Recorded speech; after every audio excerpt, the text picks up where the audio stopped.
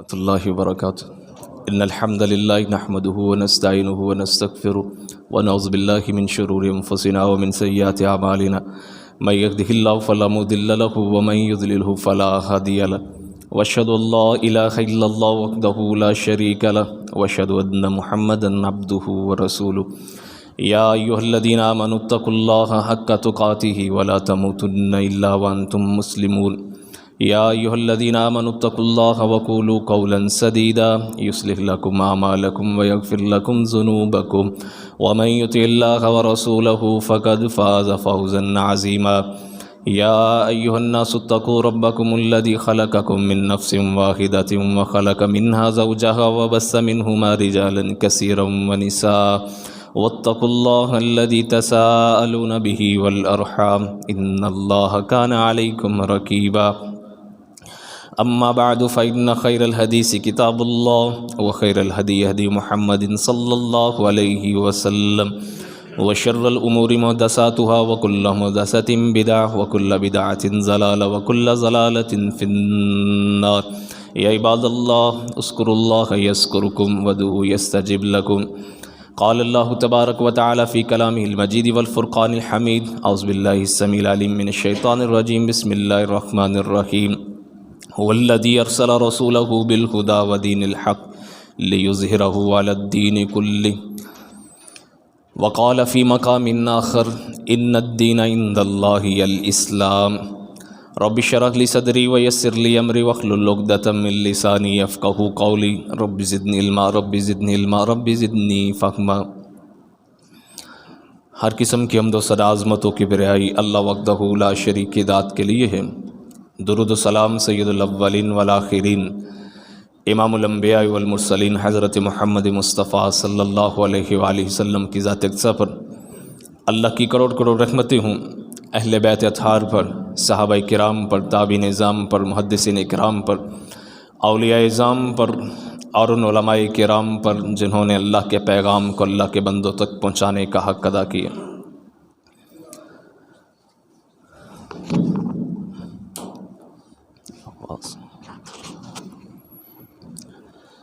حضرات گرامی قدر، پچھلے خطبہ جمعۃ المبارک میں نے یہ بات عرض کی تھی کہ آئندہ خطبہ جمعۃ المبارک میں دین اور مذہب کے چند بنیادی تصورات کے حوالے سے آپ حضرات کے سامنے گفتگو کروں گا۔ اللہ سے دعا ہے کہ اللہ رب العزت ہمیں سمجھ کر اس پر عمل پیرا ہونے کی توفیق عطا فرمائے۔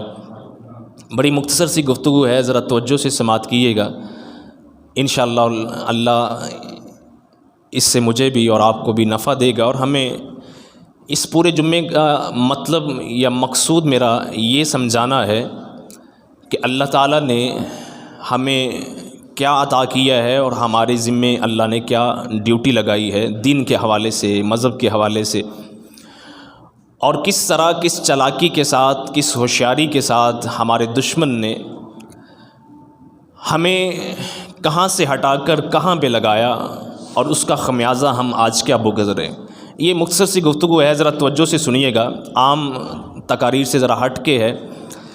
اللہ سے دعا ہے کہ اللہ مجھے سمجھانے کی توفیق عطا فرمائے اور ہمیں اس پہ عمل پیرا ہونے کی بھی توفیق عطا فرمائے۔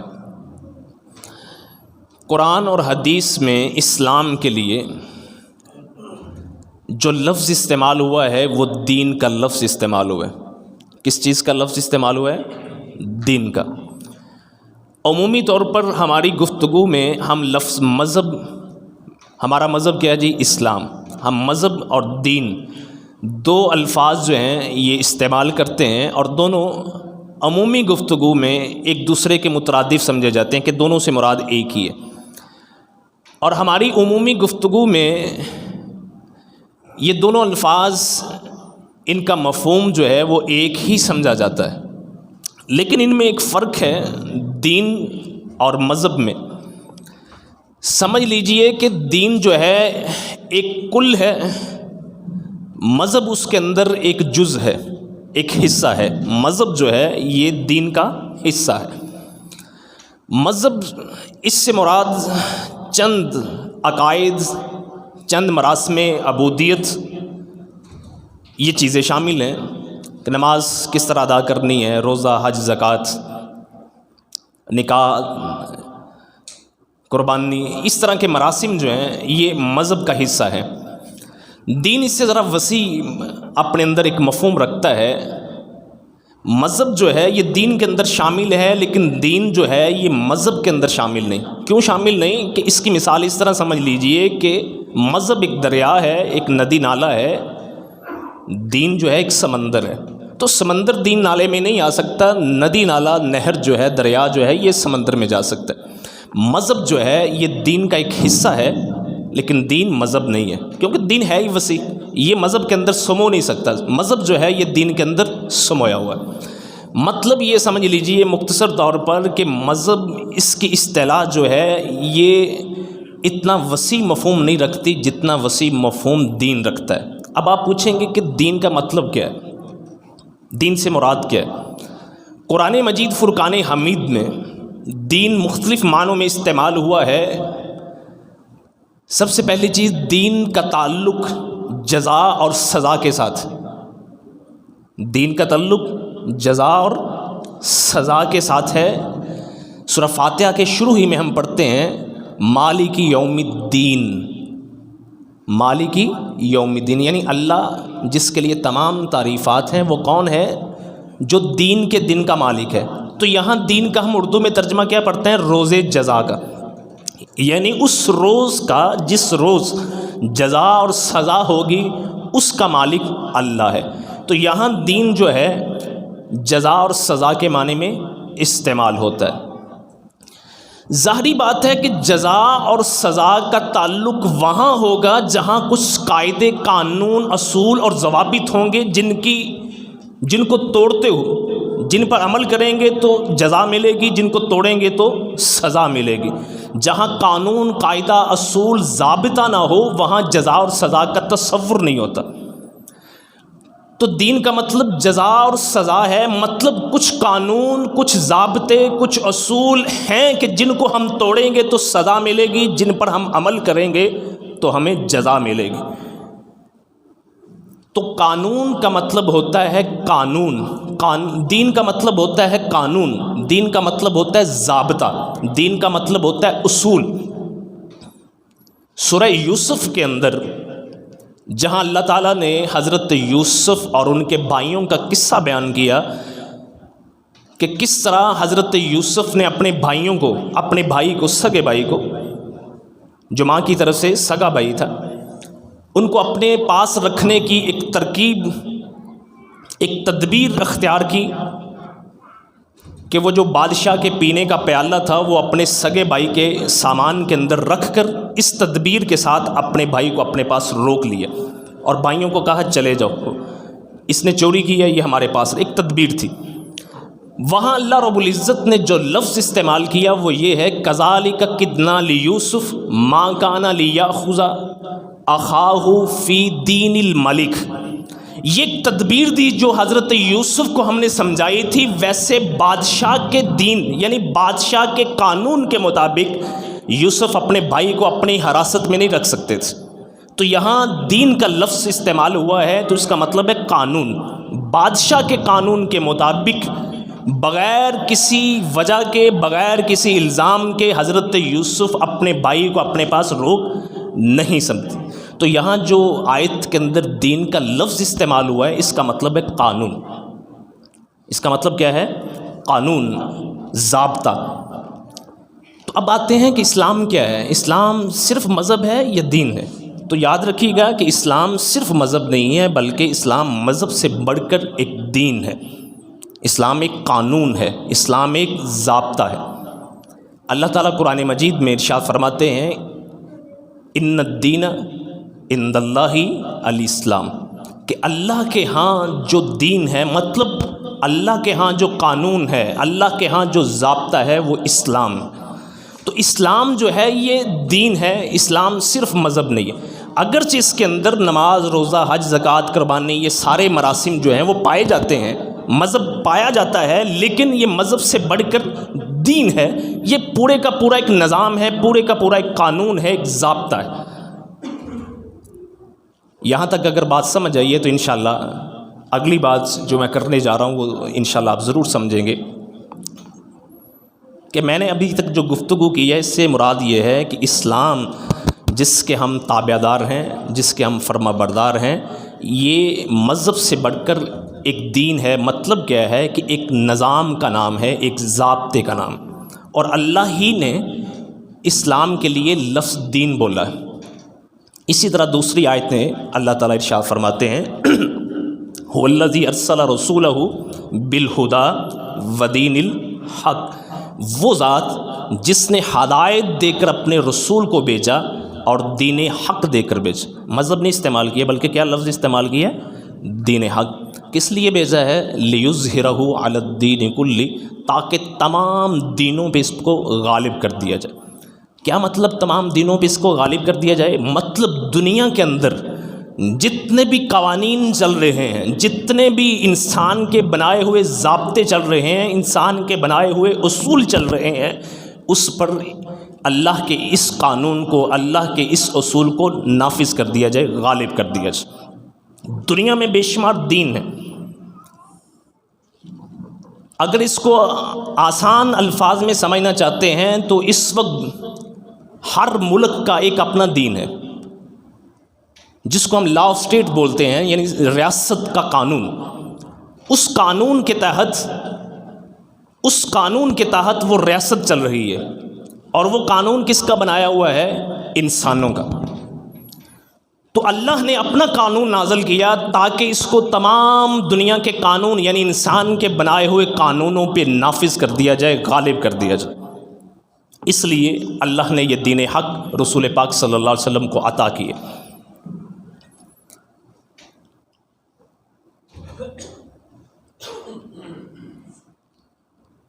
بدقسمتی کے ساتھ، بڑی ہوشیاری کے ساتھ اور بڑی پلاننگ کے ساتھ، میں نے یہ بات عرض کی تھی کہ میں آپ کو بتاؤں گا کہ مغرب جو ہے وہ مذہب کو قبول کرتا ہے لیکن دین کو قبول نہیں کرتا۔ آج کا ویسٹ جو ہے اس کی مثال اس طرح لے لیجئے کہ آپ دنیا کے کسی حصے میں، دنیا کے کسی کونے میں چلے جائیں، امریکہ میں سب سے بڑا دشمن سمجھتے ہیں نا ہم اس کو، سب سے بڑا دشمن۔ مسجد بنانے کی اجازت ہے، بنا سکتے ہیں آپ۔ مدرسہ بنانے کی اجازت ہے، آپ بنا سکتے ہیں۔ جمعے کا خطبہ وہاں ہو سکتا ہے، پڑھا سکتے ہیں۔ عید کی نماز ادا کر سکتے ہیں۔ مسجد میں جگہ کم پڑ گئی ہے تو باہر کوئی پارک ہے، کوئی سڑک ہے، وہاں بھی لوگ جو ہیں وہ رستہ بند کر کے نماز ادا کرتے ہیں، ہم دیکھتے ہیں، لوگ ہمیں بتاتے ہیں، کسی قسم کا کوئی مسئلہ نہیں۔ پچھلے دنوں ایک فیس بک پہ بڑی ایک پوسٹ چل رہی تھی، آپ لوگوں نے دیکھا ہوگا کسی نے، کہ وہاں کی ایک یونیورسٹی کے اندر چرچ ہے، چرچ کے لوگ جو ہیں وہ جمعہ کے دن وہاں ساری جتنی صلیب ہے یا کوئی حضرت مریم کا مجسمہ ہے اس پہ کپڑا ڈال دیتے ہیں اور مسلمانوں کو کہتے ہیں کہ آپ جمعہ ادا کر لیں۔ لوگ کہتے ہیں یار دیکھیں کتنے یہ وسیع و ظرف لوگ ہیں، کتنے نیک ہمدرد دل لوگ ہیں۔ تو دیکھ کر سن کر ہمیں بھی محسوس ہوتا ہے کہ کیا بات ہے۔ یاد رکھیے گا کہ کفر کو، مغرب کو، یہودیوں کو، عیسائیوں کو، غیر مسلموں کو ہماری نماز، روزہ، حج، زکوٰۃ، قربانی، اس سے کوئی سروکار نہیں، اس سے کوئی سروکار نہیں، اور اس سے کوئی پھڈا نہیں ہے کسی قسم کا۔ دنیا کے کسی ملک میں، خصوصاً مغرب کے اندر، ویسٹ کے اندر، جہاں بھی چلے جائیں، آپ کو نماز، روزہ، حج، زکوٰۃ اس سے کوئی نہیں روکے گا، کوئی نہیں روکے گا۔ پھر پھڈا کہاں ہے؟ صابر صاحب مسئلہ کہاں ہے؟ یہ ذرا سمجھیے گا۔ مسئلہ دین کا ہے۔ دین کے اندر یہ بات توجہ سے سنیے گا کہ ہمارا اور کفر کا پھڈا کس چیز کا ہے۔ دین کے اندر ایمانیات سے لے کر، عبادات سے لے کر، سیاسی، سماجی، معاشرتی، معاشی نظام تک ایک مکمل خاکہ، ایک مکمل قانون موجود ہے۔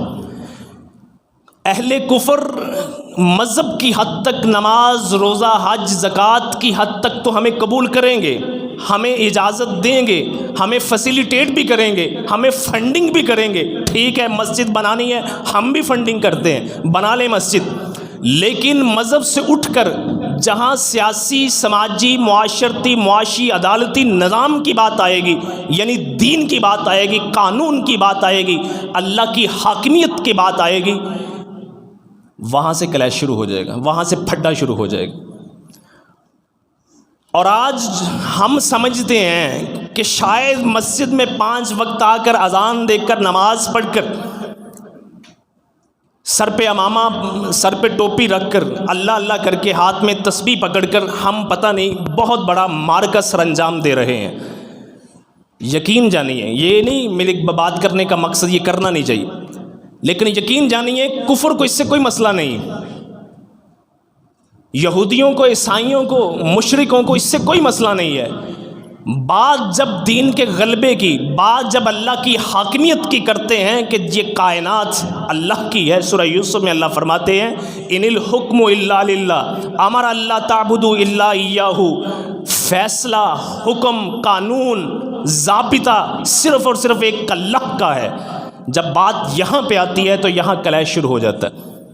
وہ نہیں تسلیم کرتے کہ اسلام کا کوئی اپنا سیاسی نظام ہو، وہ نہیں تسلیم کرتے کہ اسلام کا ایک اپنا معاشی نظام ہو، وہ نہیں تسلیم کرتے کہ اسلام کا ایک اپنا عدالتی نظام ہو، وہ نہیں تسلیم کرتے۔ اور آج ہم کہاں کھڑے ہیں؟ درمیان میں۔ اسلامی جمہوریہ پاکستان نام ہے، شہداء نے خون پیش کیا کہ ایک ایسا ملک حاصل کریں گے کہ جس کے اندر اللہ کی حاکمیت قائم ہوگی، اور ایک حد تک اپنے آئین کے دیباچے کے اندر ہم نے یہ بات لکھ دی کہ حاکمیت اللہ کی ہے، لیکن مکمل طور پر بھی نہیں، 50%، 50% بھی ہم اللہ کی حاکمیت مطلب اللہ کا قانون اس ملک کے اندر نافذ نہیں کر سکے۔ جو لوگ نافذ کرنے نکلے تھے افغانستان کے اندر، پوری دنیا سے کفر اکٹھا ہو کر ان پر ٹوٹ پڑا تھا، پوری دنیا سے کفر۔ جو لوگ ابھی انہوں نے نعرہ لگایا تھا کہ ہم اللہ کی حاکمیت کو قائم کرنے جا رہے ہیں، ہم اللہ کے قانون کو نافذ کرنے جا رہے ہیں، پوری دنیا سے کفر اکٹھا ہو کر ان پر ٹوٹ پڑا تھا۔ اسامہ ایک بہانہ تھا، پوری دنیا کا کفر ٹوٹ پڑا کہ ہو نہ ہو کہ کہیں یہ اسلام کے قوانین کا نفاذ نہ کر لیں۔ جس وقت اسلام کے قوانین کا نفاذ ہو جائے گا، اسلام ایک نظام کے طور پر قائم ہو جائے گا، اس وقت ہماری حاکمیت خطرے میں پڑ جائے گی، ہمارا نظام زمین بوس ہو جائے گا۔ ہم نے جو بلند مرتبہ ایک سٹرکچر اپنے نظام کا قائم کیا ہوا ہے، اس کی بنیادیں ختم ہو جائیں گی، دھڑام سے نیچے آ گرے گی۔ آج ویسٹ کا معاشی نظام کس پہ چل رہا ہے؟ منوپلی پہ، استحصال پہ، سود پہ۔ اور جس دن اسلام کا معاشی نظام آ جائے، تمام کو بنیادی حقوق ملنا شروع ہو جائیں، سود کا خاتمہ ختم ہو جائے، یہ IMF، یہ ورلڈ بینک ختم ہو جائیں گے۔ اس لیے یہ لوگ چاہیں گے آپ مسجد کے اندر چھوٹی چھوٹی بحثوں میں پڑے رہیں، ایک دوسرے کو کفر کے فتوے لگاتے رہیں، ایک دوسرے کو غیر مسلم ثابت کرتے رہیں، یہ بڑے خوش رہیں گے۔ لیکن جس دن مسلمان ان جزئی مسائل سے اٹھ کر، ان فروعی مسائل سے اوپر اٹھ کر اسلام کو بطور نظام، بطور قانون نافذ کرنے کے لیے نکل پڑیں گے، یہ کبھی برداشت نہیں کریں گے۔ یہ بدقسمتی سے نہ چاہتے ہوئے ہمیں الجھایا گیا ہے۔ میں اپنے مسلک کی مسجد میں کھڑا ہو کر بڑا اپنے آپ کو سمجھ رہا ہوں، جی میں بڑا حق پہ ہوں، دوسرا میرا بھائی اپنی مسجد میں، تیسرا سارے مسلمان اسی زوم کے اندر، اسی خوش فہمی کے اندر مبتلا ہیں کہ شاید ہم دین کی بڑی خدمت کر رہے ہیں، دین کی نہیں کر رہے، دین کی ہمیں فکر نہیں ہے۔ دین ایک نظام ہے، دین ایک قانون ہے، اس کے لیے ہم نے کیا جد و جہد کی ہے آج تک۔ آپ کو پتہ ہے کہ بر صغیر کی جب پارٹیشن ہوئی تھی، ہندوستان اور پاکستان مارز وجود میں آئے تھے، تو بنیادی نقطہ کیا تھا؟ اس وقت بہت سے مسلمان، جن میں چیدہ بڑے بڑے علماء کرام بھی شامل تھے، وہ اپنی دانست کے مطابق، اپنی فہم اور سوچ کے مطابق کہتے تھے کہ بر صغیر کی پارٹیشن نہ کی جائے، اس کو تقسیم نہ کیا جائے، ایک فارمولے کے تحت مسلمان اور ہندو یہاں مشترکہ حکومت بنائیں۔ ان کا ایک اپنا نقطہ نظر تھا۔ وہ کہا کرتے تھے کہ اتنی بڑی بڑی مسجدیں ہیں، مسجد میں نماز ادا کرتے ہیں، جمعہ ادا کرتے ہیں، روزہ رکھتے ہیں، حج، یہ وہ ساری چیزیں ادا کر رہے ہیں، مسئلہ کیا ہے؟ صابر صاحب، لوگ کہا کرتے تھے کہ مسئلہ کیا ہے؟ تو اس وقت علامہ اقبال نے کیا کہا تھا کہ ہند میں ہے جو ملا کو سجدے کی اجازت، ہند میں ہے جو ملا کو سجدے کی اجازت، ناداں یہ سمجھتا ہے کہ اسلام ہے آزاد. یہ حضرت اقبال نے اس وقت کہا تھا.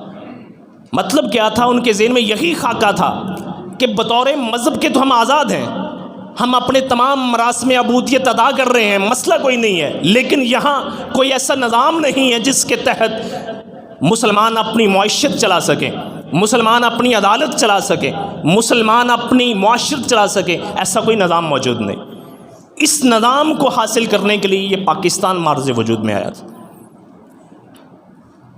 مثال کے طور پر اسلام کا عدالتی نظام ہو، اسلام کا موجودہ پاکستان میں اسلام کا عدالتی نظام نہیں ہے، یہ ذہن میں رکھیے گا. اسلام کا عدالتی نظام ہو، مثال کے طور پر ابھی یہ اتوار کو میں درس دینے گیا اپنی کھڑے والا بڑی مسجد میں، وہاں سورہ نور جو ہے انہوں نے ترجمہ پڑھا تھا، اس کی تکمیل ہوئی تھی، تو مجھے بلایا تھا کہ اس کا خلاصہ جو ہے وہ آپ بیان کریں. وہاں ایک چیز میں نے عرض کی تھی، آپ کے بھی کوشش گزار کرتا ہوں، سمجھنے میں آسانی ہوگی، کہ زنا جو ہے، سورہ نور جو ہے، زنا اس کے متعلق سارے احکامات پر مشتمل ہے. زنا جو ہے اسلام کا اور باقی جتنے بھی مذاہب ہیں، یہ قانون ہیں، ضابطے ہیں، ان کا فرق کیا ہے بھلا؟ یہ بات توجہ سے سنیے گا، شاید دوبارہ کبھی سننے کو نہ ملے آپ کو. اسلام کا اور باقی جتنے بھی قانون ضابطے ہیں،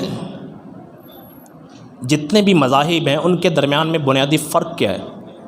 زنا کی جو حد ہے، اسلام اس کو حد قرار دیتا ہے. زنا کی جو سزا ہے، شادی شدہ کی رجم ہے، غیر شادی شدہ کی 100 کوڑے ہیں. اسلام جو زنا کی سزا قرار دیتا ہے، اس کو حد قرار دیتا ہے. حد کا مطلب یہ ہوتا ہے عقوبۃ مقدرۃ تجب حقا للہ. حد اس سزا کو کہتے ہیں جو اللہ کے حق کے طور پر نافذ کی جائے، جس میں کسی انسان کا کوئی اختیار نہیں. کوئی قاضی، کوئی چیف جسٹس، کوئی بڑا کوئی چھوٹا اگر چاہے کہ اس میں اپنی مرضی سے تبدیلی کر دے نہیں کر سکتا. کیوں؟ یہ اللہ کی طرف سے ہے، یہ اللہ کا حق ہے، جو مقرر کر دیا ہے زنا. لیکن باقی مذاہب، باقی قانون اس وقت دنیا میں اور موجودہ ہمارے پاکستان کے عدالتی نظام میں کیا ہے؟ فریقین اگر سلو کر لیتے ہیں تو معاف ہو جاتا ہے. لیکن اسلام کے قانون میں کیا ہے کہ اگر کسی پہ زنا ثابت ہو گیا ہے، اس پہ حد ہر حال میں لگے گی. قاضی کے پاس، عدالت کے پاس کوئی اختیار نہیں ہے کہ اس میں کمی بیشی کر دے. یہ اسلام کا نظام ہے. تو آج اگر پاکستان میں اگر یہ عدالتی نظام قائم ہو جائے کہ زانی کو سزا ہر حال میں ملے گی، تو یہ پوری دنیا کے اندر جو بے راہ روی کا ایک سیلاب ہے، پوری دنیا کے اندر بے راہ روی میں جو مسلمانوں کو خصوصاً ٹارگٹ کر کے مبتلا کیا جا رہا ہے، یہ ختم ہو جائے. اسلام کا ایک معاشی نظام ہے جس کی بنیاد یہ ہے کہ سود جو ہے یہ انسانی استحصال کی ایک قسم ہے، لہذا یہ حرام ہے، یہ کسی بھی صورت میں جائز نہیں ہو سکتا. اس سود سے ایک طبقہ تو فائدہ حاصل کرتا ہے، باقی ساری انسانیت یہ پستی ہے، یہ ظلم و جبر کا شکار ہوتی ہے. لہٰذا اسلام کے معاشی نظام کے اندر کسی بھی قسم کا سود جو ہے اس کی گنجائش نہیں. اگر آج ملک کے اندر اسلام کا معاشی نظام قائم ہو جائے تو یہ IMF کی حاکمیت، یہ ورلڈ بینک کی حاکمیت، یہ ایشیا بینک کی حاکمیت، اس طرح کے دیگر جتنے بھی ادارے اور ممالک ہیں، ان کی حاکمیت ٹوٹ کر رہ جائے، ختم ہو رہ جائے. لیکن جب اس کی بات ہم کریں گے یا کوئی بھی کرے گا، اس کو کوئی برداشت نہیں کرے گا. یہ بات جو میں کرنے لگا ہوں، اس کو فرقہ واریت میں نہ سمجھیے گا، ایک جنرل میں بات کرنے لگا ہوں. آپ دنیا کے کسی حصے میں تبلیغ کے لیے ویزا لگوا کر جائیں، مل جائے گا. سفید لباس پہنیں، سر پہ سفید پگڑی رکھیں، ہاتھ میں تسبیح پکڑیں، جی ہم صرف تبلیغ کر رہے ہیں، ہمارا اور کوئی مقصد نہیں ہے، اللہ اللہ کرو. پوری دنیا ویلکم کہے گی، کوئی نہیں روکے گا. لیکن پاکستان کے اندر وہ لوگ، میں نام نہیں اس لیے لینا چاہتا، شاید کوئی یہ نہ سمجھے کہ شاید اس کے ساتھ ایسوسیشن ہے کوئی، اس لیے نام نہیں لے رہا. پاکستان کے اندر وہ علماء، وہ لوگ جو اسلام کی حاکمیت، اللہ کی حاکمیت کی بات کرتے ہیں اور کہتے ہیں کہ ہم نے جدوجہد کرنی ہے جب تک اسلام میں اللہ کی حاکمیت کو قائم نہیں کر دیتے، اسلام کو غالب نہیں کر دیتے۔ اگر وہ لوگ جانا چاہیں تو 100 روڑے اٹکائیں گے، ان کو اجازت نہیں ملے گی، ویزا نہیں ملے گا۔ یہ فرق ہے مذہب اور دین کے اندر۔ ہمیں آج تک الجھایا کس میں ہے؟ مذہب کے اندر۔ ایک مولوی اٹھتا ہے، بڑی عجیب سی چیز ہے، دوسرے مسئلے کے خلاف وہ اٹھتا ہے، اس کے خلاف، انہی چیزوں میں لگے ہوئے، انہی چیزوں میں۔ اسلام کو جو اللہ نے جس مقصد کے لیے نازل کیا تھا اس کی ہمیں فکر نہیں۔ اس مقصد کے لیے اس لیے نازل کیا تھا، اس کو تمام نظاموں کے اوپر غالب کرنا، اس کو تمام نظاموں کے اندر اوپر غالب کرنا ہے۔ اسلام ایک مکمل ضابطہ حیات ہم کیوں بولتے ہیں؟ اس لیے کہ دنیا کا، زندگی کا کوئی ایسا گوشہ نہیں، زندگی کا کوئی ایسا حصہ نہیں جس کے بارے میں اسلام کے اندر تعلیمات موجود نہیں ہیں۔ یہ جو ریاست اور دین جدا جدا ہونے کی بات ہوئی تھی، ویسٹ نے، مغرب نے اپنی سٹیٹس کو سیکولر کیا تھا کہ دین کا اس کے ساتھ کوئی تعلق نہیں ہے۔ یہ ہم نہیں کر سکتے، ان کی مجبوری تھی۔ موجودہ عیسائیت، موجودہ یہودیت ایک سٹیٹ کو، ایک ریاست کو چلا نہیں سکتی، قانون فراہم نہیں کر سکتی، اس کے اندر اتنی تعلیمات ہی نہیں ہیں۔ لیکن اسلام ایک زندہ جاگتا دین ہے، ریاست چلانی ہے، عدالت چلانی ہے، معاشرت چلانی ہے، معیشت چلانی ہے، پورے کا پورا ایک نظام موجود۔ اسی لیے حضرت اقبال نے کہا تھا، جدا ہو جو دین سیاست سے تو رہ جاتی ہے چنگیزی۔ جدا ہو جو دین سیاست سے تو رہ جاتی ہے چنگیزی۔ بدقسمتی سے وہی مغرب کا نظریہ سنتے سنتے سنتے سنتے سنتے آج ہم ذہنی طور پر اس حد تک غلام ہو چکے ہیں، ذہنی طور پر ہم اس حد تک غلام ہو چکے ہیں کہ آج ہم نے بھی تسلیم کر لیا ہے کہ مولوی کا کام بس مسجد کی حد تک ہے۔ یہ مولانا فضل الرحمان، یہ سمیع الحق شہید رحمۃ اللہ علیہ، یہ سراج الحق، یہ ساجد میر، اس طرح کے دیگر جتنے بھی علماء ہیں، ان کا سیاست کے کیا تعلق؟ جا کے مسجد مدرسہ سنبھال لیں۔ یہ وہی سائیکی ہے جو مغرب کی چالاکی ہے کہ جس کی بنیاد پر ہم نے اہل دین کو دیندار طبقے کو مسجد کی حد تک محصور کرنے کی کوشش کی، اور کرتے کرتے یہاں تک آپ پہنچ گئے کہ ہم نے اس طبقے کو، جو طبقہ آج دین کی بالادستی کی، اللہ کی حاکمیت کی بات کرتا ہے، اس کو متنازع بنا دیا، اس کو معاشرے میں کم تر فرد بنا دیا۔ معذرت کے ساتھ بات ذرا توجہ سے سنیے گا کہ وہ طبقہ جو آج دین کی بات کر رہا ہے، دین کی حاکمیت کی، اللہ کی حاکمیت کی بات کر رہا ہے، جس طبقے سے ہم دین لے رہے ہیں، اس طبقے کو معاشرے کا کم تر فرد بنا دیا۔ کس طرح؟ جب برٹش اس برصغیر کے اندر آیا تھا، اس نے دیکھا تھا کہ یہاں کے مسلمان دین کے ساتھ اس قدر پختہ کیوں ہیں، کیا وجہ ہے؟ نتیجے پہ پہنچے تھے کہ مسلم معاشروں کے اندر ان کے علماء کا بڑا اثر و رسوخ ہے،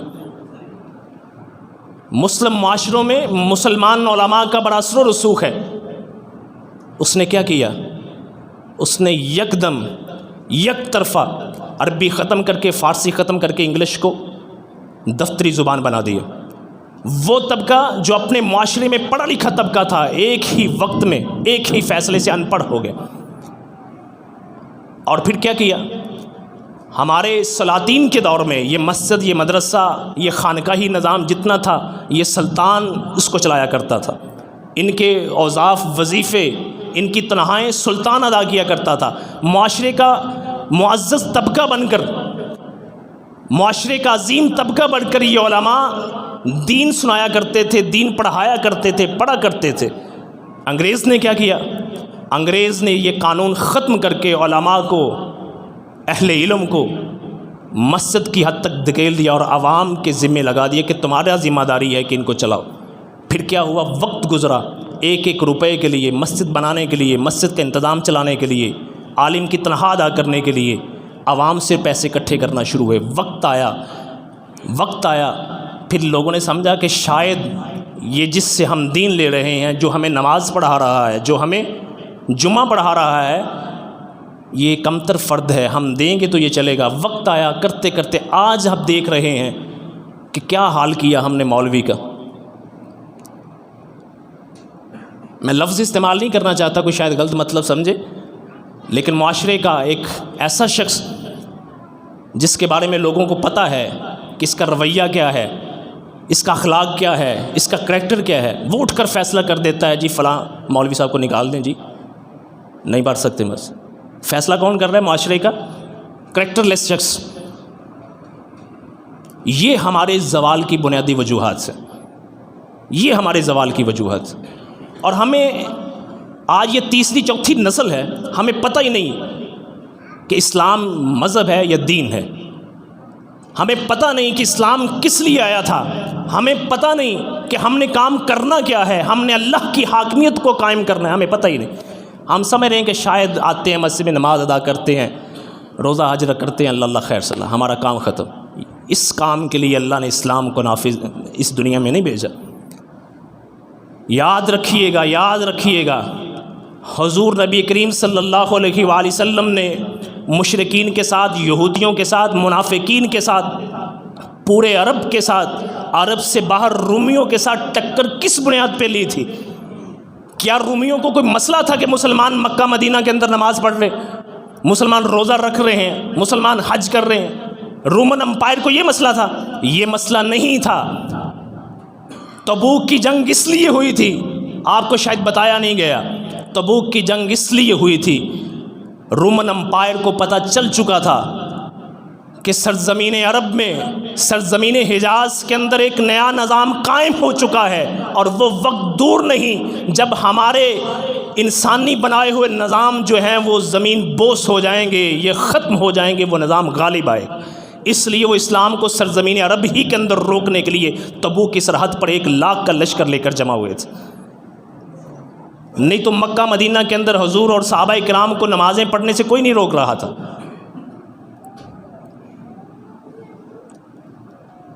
اور مکہ کے اندر جب ابھی چند لوگ مسلمان ہوئے تھے، چند لوگ، صرف حضرت علی المرتضیٰ، ابوبکر صدیق، حضرت خدیجہ، اس طرح کے چند لوگ، زید بن حارثہ، ابھی چند لوگ مسلمان ہوئے تھے، تو نبی پاک نے کوہ صفا پہ چڑھ کر کیا کہا تھا؟ کیا کہا تھا؟ قولوا لا الہ الا اللہ تملک العرب والعجم، یہ لا الہ الا اللہ کہہ لو، عرب و عجم کے مالک تم بن جاؤ گے، حاکم تم بن جاؤ گے۔ یہ روز ازل سے نبی پاک صلی اللہ علیہ وسلم کا ویژن کلیئر تھا کہ ہم نے اللہ کی حاکمیت قائم کرنی ہے، صرف اپنی حد تک نماز، روزہ، حج، زکوٰۃ ادا نہیں کرنا۔ اور یہ ہندوستان اور پاکستان اس لیے اس کی پارٹیشن برصغیر کی ہوئی تھی کہ ہم نے یہ زمین کا ٹکڑا حاصل کیا کہ اللہ کی حاکمیت کو قائم کرنا۔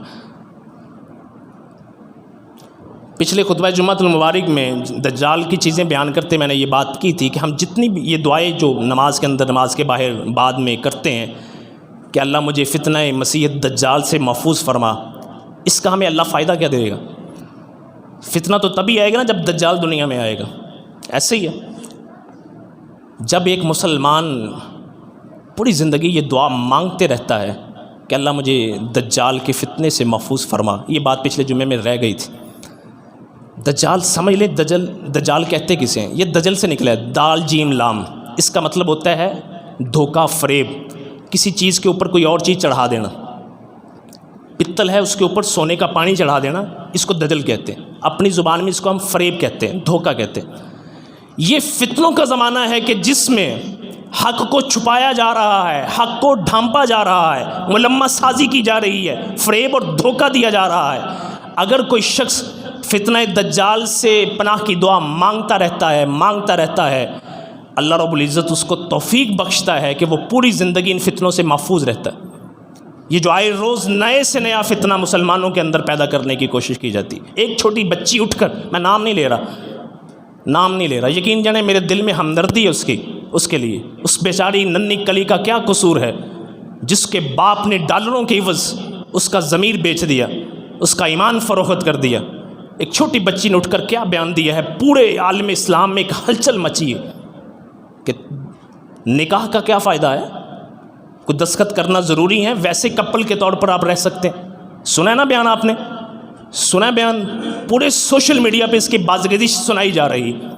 یہ فتنے نہیں تو اور کیا ہے، یہ فتنے نہیں تو اور کیا ہے. ان کو کیا پتا کہ اسلام کا تصور نکاح کیا ہے. وہ مغربی معاشرہ کے جہاں اب بات ہو رہی ہے ہوموسیکشوالٹی کو لیگل حیثیت دی جائے، مرد مرد کے ساتھ قوم لوط کا فعل کرے اس کو قانونی حیثیت دی جائے، جہاں بغیر نکاح کے مرد اور عورتیں، مرد اور خواتین بچے پیدا کر رہے ہیں، جس معاشرے کے اندر یہ نہیں پتا کہ اس کا باپ کون ہے، جس معاشرے کے اندر یہ نہیں پتا اس کا سرپرست کون ہے، اس معاشرے سے ایک سوچ اور فکر لے کر ایک چھوٹی سی بچی اٹھ کر بیان دیتی ہے. ان لوگوں کو کیا پتا کہ اسلام کا تصور نکاح کیا ہے. اسلام عفت پاک دامنی کا مذہب ہے. اسلام کہتا ہے کہ اپنی جائز خواہش پوری کرو، لیکن معاشرے کے اندر علی اعلان پتہ ہو کہ یہ دونوں میاں بیوی ہیں، ان کے کچھ حقوق ہیں، ان کے کچھ فرائض ہیں. پتہ ہو کہ جو بچہ جنم لے رہا ہے یہ کس کے نطفے سے پیدا ہو رہا ہے. پتہ ہو کہ اس کے اخراجات کا ذمہ دار کون ہے. پتہ ہو اس کا سرپرست کون ہے. اس معاشرے کو کہ جس معاشرے میں ان چیزوں کا، عفت کا، پاک دامنی کا کوئی تصور نہیں ہے، وہ تو اس طرح کی باتیں کریں گے. وہ کب کہیں گے کہ اسلام بطور نظام کے ایک قانون کے نافذ ہو جائے؟ وہ کبھی نہیں کہیں گے. اسلام نے سورہ المائدہ کے اندر نکاح کی اور سورہ نساء کے اندر نکاح کی جو حکمت بیان کی ہے وہ کیا ہے؟ مصافحین غیر متخذی اخدان. یہ بنیادی طور پر نکاح کی دو حکمتیں ہیں کہ نکاح کرنے سے پاک دامنی اختیار کرنا ہے، شہوت رانی نہیں کرنی، ولا متخذی اخدان، اور چوری چھپے آشنائیاں، معاشقے نہیں لڑانے. یہ نکاح کا بنیادی مقصد ہے، پاک دامنی، انسان بچ جائے بے راہ روی سے. اور یہ اٹھ کر بیان دیتی. اور یاد رکھیے گا یہ اسلام کا جو نکاح کا نظام ہے یہ فرق ہے ایک انسان اور ایک حیوان کے تعلقات کے درمیان. حیوانوں کے اندر کوئی ضابطہ نہیں، کوئی قانون نہیں، جہاں چاہے وہ منہ مار لے. انسانوں کے اندر یہی بنیادی فرق کرنے کے لیے اسلام نے نکاح کو قائم کیا ہے. اور یہ صرف اسلام میں نہیں ہے، یہ یاد رکھیے گا کہ شاید اسلام ہی کے اندر نکاح پہلے نکاح نہیں تھا. روز ازل سے لے کر اللہ تعالیٰ نے حضور نبی کریم صلی اللہ علیہ وسلم تک یہ نظام قائم رکھا تھا کہ مرد اور عورت تعلقات قائم کریں تو اس نکاح کے ذریعے.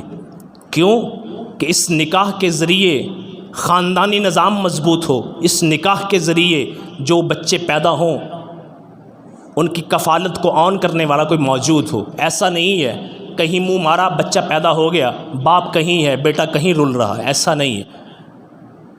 بہرحال اللہ سے دعا ہے کہ اللہ عمل کرنے کی توفیق عطا فرمائے. کئی چیزیں رہ گئی، انشاءاللہ پھر کبھی موقع ملا انشاءاللہ بیان کروں گا.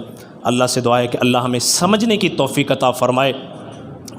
یہ کئی دفعہ آبا باب جمعہ پڑھتے ہیں، کئی دفعہ لوگ بات کرتے ہیں کہ آپ ان مسائل پہ گفتگو نہیں کرتے، ان مسائل پہ گفتگو نہیں کرتے. یقین جانیے اس وقت اسلام جو ہے بحثیت دین کے، بحثیت قانون کے خطرے میں ہے.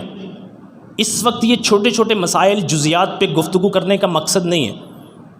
ایسے اپنی مسجد میں کھڑے ہو کر ایک دوسرے کے مسلک کے خلاف اس طرح بولنا یہ کچھ دین کی خدمت نہیں ہے. معذرت کے ساتھ میں حتی الامکان کوشش کرتا ہوں کہ ان مسائل کو نہ چھیڑوں، خصوصاً جمعے کے اندر. کیوں؟ ہمیں پتہ ہے کہ اس وقت عالم اسلام کو اپنی بقا کا خطرہ ہے، اپنی بقا کا خطرہ ہے. ہمارے ایک استاد محترم ہیں، اللہ ان کی زندگی دراز فرمائے، وہ بیان کرتے ہیں، دیکھیں کہتے ہیں جب ہم انٹرنیشنل لیول پہ جاتے، پوری دنیا تقریباً انہوں نے گھومی ہے، ہر ملک میں جاتے ہیں. وہ کہتے ہیں کہ جب انٹرنیشنل لیول پہ ہم جاتے ہیں تو ہمیں سب سے بڑا خطرہ یا سب سے بڑا ہمیں جو ایک سابقہ پیش آتا ہے وہ کیا ہے؟ یہ نہیں کہ اسلام سچا ہے، یہودیت سچی ہے یا عیسائیت سچی ہے. یہ بات ذرا توجہ سے سنیے گا، کتنی اہم بات.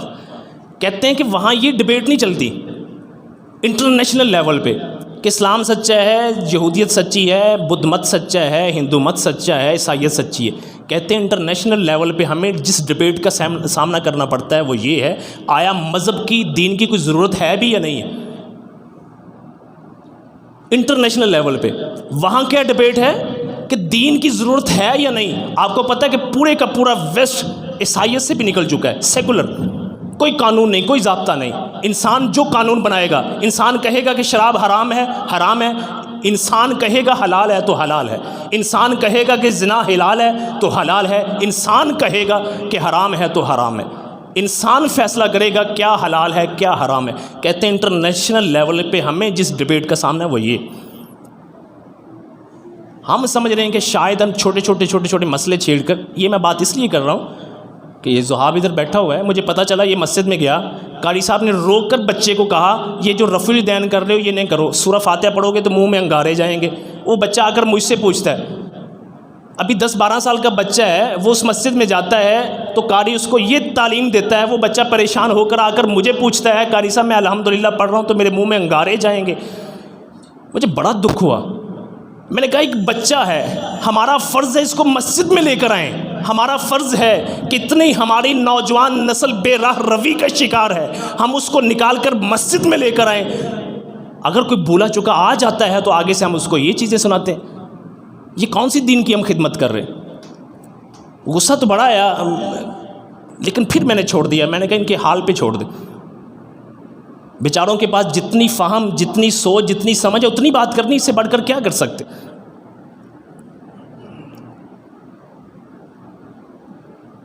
بہرحال اللہ رب العزت سے دعا ہے کہ اللہ توفیق دے. اقول قولی ھذا استغفر اللہ لی و لکم ولسائر المسلمین.